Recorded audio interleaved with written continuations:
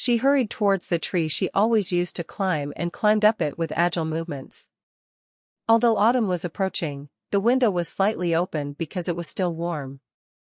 I felt like I could easily hear the conversation at that level. "Are we at clouds yet?" She looked around the room, but only Byron was sitting inside, looking tired and like he hadn't slept well. To be honest, it seemed like she had taken a shortcut and arrived before Cloud, who had taken the stairs. At this moment, Isla looked around anxiously, waiting for Cloud to arrive. There was a knock on the door. "Forward."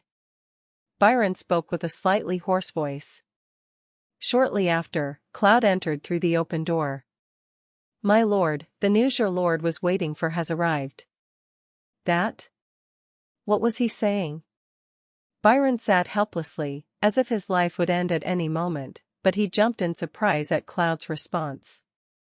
It seemed that this was the news that was so eagerly awaited. Isla nervously listened to the conversation going on in the room. If this was the news Byron had been waiting for so long, it would also be important information for her. Fortunately, she has recovered safely. At Cloud's words, Byron seemed to have lost strength in his legs and sat back down on the bed. "I'm very happy." Isla swallowed her dry saliva as she heard the relief in his voice. Was anyone sick? That's why Byron was so depressed. She concentrated to see if he heard her name in the conversation, but their conversation ended without a topic until the end. What is the reason? Why did he faint suddenly? It's not like there's a name for the disease or anything. Byron asked urgently. According to the informant, several doctors came and went but could not determine the exact reason. Anyway, you're saying she's healthy now, right? Yes, my lord. Isla bit her lip nervously, because no matter how hard she listened, she couldn't get the detailed information. And to make matters worse, a voice was heard looking for her. Miss. Laura, who came out of the building, seemed to be confused and looking for Isla when she wasn't where she always was. Is it too much to dig up more information than this? Isla pushed her regrets aside and hurried down the tree. He abruptly grabbed a tree branch that he could see nearby and appeared naturally behind the tree. Laura, I'm here. Miss. What the hell was he doing there? Laura's questioning expression was not good, so Isla looked several times more innocent than usual. Oh, that. I took a tree branch to practice holding it at night instead of a dagger. Do you know how surprised I was when I thought you were gone? How upset would the master be if he lost the young girl? In reality, you only know yourself as a young girl. There was some damage to be done with something that was out of sight for only a few minutes, but Laura said that while criticizing Isla with all her might. I'm sorry. I'll be careful from now on. I wish you knew that what you did was wrong. Stop training now and get in. You have to wash up and get ready to eat. When Isla lowered her head sullenly, saying that she had made a mistake, Laura finally said it with a satisfied expression. Miss, today you will eat with the master. Are you happy? She heard Laura's voice whispering behind her. After leaving the laundry room, he sat her down in front of her and dried her hair with his soft towel. Yes, I'm glad. It was a really dramatic change. Until this morning, Byron was sitting limply with a miserable expression on his face. They can regain their strength so quickly thanks to their recovery. A selfish man who does not care about other people's pain. Isla criticized Byron harshly in her mind and looked at his freshly washed, soft hands. Something occurred to her and she froze.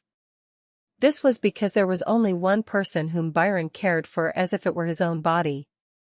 Mother. He said his mother was sick. Isla raised both hands and covered her mouth to prevent any moans from coming out. Why did my mother? Ophelia was in good health. Although his outward appearance was frail, he always boasted that he had rarely suffered a cold, much less a serious illness. She heard that she had a constitution that made it difficult for her to have children, but she was told it was not a health problem.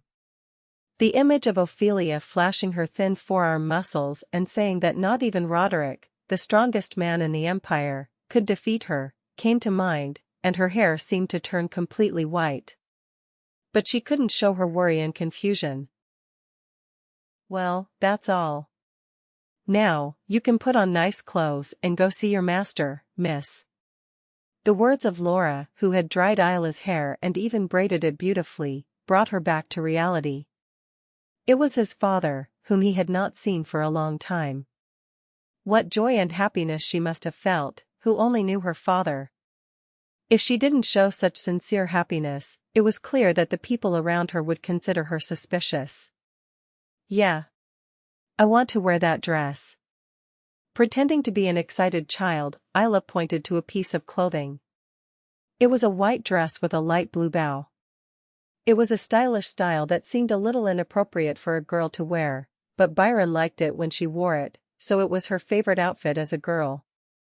Clothing that can only be worn on special occasions.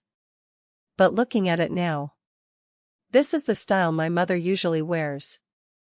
Thanks to her fair skin and fine silver hair, Ophelia could wear any style, but nothing suited her better than a soft, bright white dress. And I used pastel tones as a starting point. The image of Ophelia smiling sweetly and wearing a similar style of clothing seemed to come to his mind clearly. To what extent are you obsessed with my mother? As she remembered her past, wearing clothes that reminded her of her mother and showing all kinds of charms to Byron, she felt goosebumps rise all over her body. "Are you cold?" As Isla rubbed the goosebumps on her forearms, Laura asked curiously. It wasn't a voice that reflected pure concern for her. "I was only asking because I knew that if Isla caught a cold, she would be upset." "No, I just washed." "Get dressed quickly and go to your father." When Isla shook her head and urged Laura, she helped her get dressed with a helpless expression. When Isla finished dressing with Laura's help, she entered the restaurant at a brisk pace. Unusually, Byron arrived before her and was waiting for her. "Welcome, my daughter." Byron greeted her with a bright smile. It was a strange thing. Although it took Isla longer than usual to get dressed, Byron arrived first and was waiting for her. Plus, he hated waiting more than anyone else, so unless Isla got there first and waited patiently, that moment was the beginning of the nightmare. It would have been better to scold her or point it out loud. He was so sarcastic that she had a nervous breakdown, and told him how deeply his actions had hurt her, which eventually caused her to fall to her knees and beg that she was wrong. But then Byron greeted her with a smile, "Since he arrived later than me." It wasn't normal at all. "Father." This situation was strange, but that didn't stop her from running towards Byron, who was waiting for her with open arms. Isla smiled brightly and ran into Byron's arms, who immediately reached out and stroked her hair. "I really wanted to see you, father." Isla mischievously blurted out something she didn't even want to say. No, it was not something that did not contain any sincerity. In fact, how long did you wait for Byron to find his own rhythm and return to his daily life? Only then could he follow in Byron's footsteps again. All right. You must have been training hard even when your father wasn't looking, right? Clear. I worked hard. For my father. Because I exist only for my father. In the past and now, and always in the future. As he recited the spell he had always said, Byron smiled with satisfaction. Yes, it's true. So, let's check it out. Is what you say really true? But as if he couldn't believe his words alone, Byron raised his left hand and snapped his thumb and middle finger, calling out to Cloud. Cloud. My name is? Cloud, who was waiting a step behind Byron, quickly bowed and responded.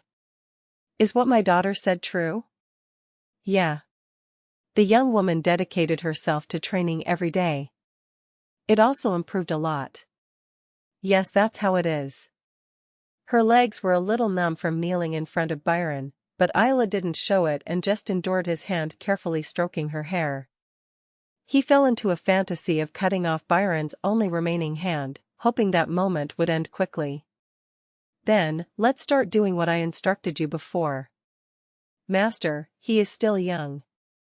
However, as the conversation continued, he could no longer fall into the illusion of harming Byron.